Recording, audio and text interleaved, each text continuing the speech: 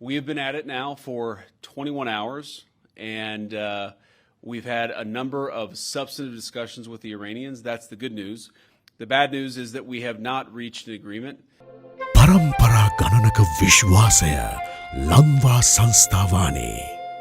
මේ අවුරුදු මාසයේ HMB Finance යාළු එක්ක ඉතිරි කරන පොඩ්ඩන්ට මෙන්න අවුරුදු තෑගි. And I think that's bad news for Iran much more than it's bad news for the United States of America. So we go back to the United States having not come to an agreement.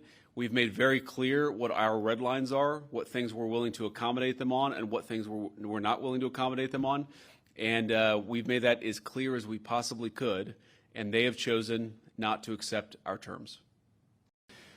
Well, I won't go into all the details because I don't want to negotiate in public after we've negotiated for 21 hours in private.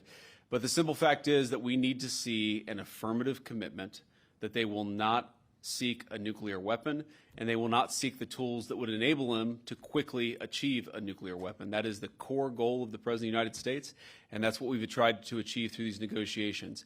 Again, their nuclear program, such as it is, the enrichment facilities that they had before, they've been destroyed. But the simple question is, do we see a fundamental commitment of will for the Iranians not to develop a nuclear weapon, not just now, not just 2 years from now, but for the long term? We haven't seen that yet. We hope that we will. We just could not get to a situation where the Iranians were willing to accept our terms. I think that we were quite flexible. We were quite accommodating. The president told us, you need to come here in good faith and make your best effort to get a deal. We did that. And unfortunately, we weren't able to make any headway. Yeah, obviously, we were talking to the president consistently. I don't know how many times we talked to him, a half dozen times, a dozen times over the past 21 hours. We obviously also talked to Admiral Cooper, to Pete, to Marco, to the entire national security team. We talked to Scott Bessent a number of times. So look, we were constantly in communication with the team because we were negotiating in good faith.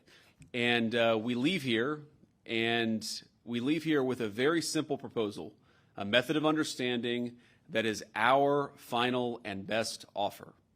We'll see if the Iranians accept it. Thank you. Mr. Vice President, where does this lead the Strait of Hormuz? Did you going back to Prime Minister Netanyahu at all today? What about the Strait of Hormuz? Did they give you any indication of the Supreme Leader's health?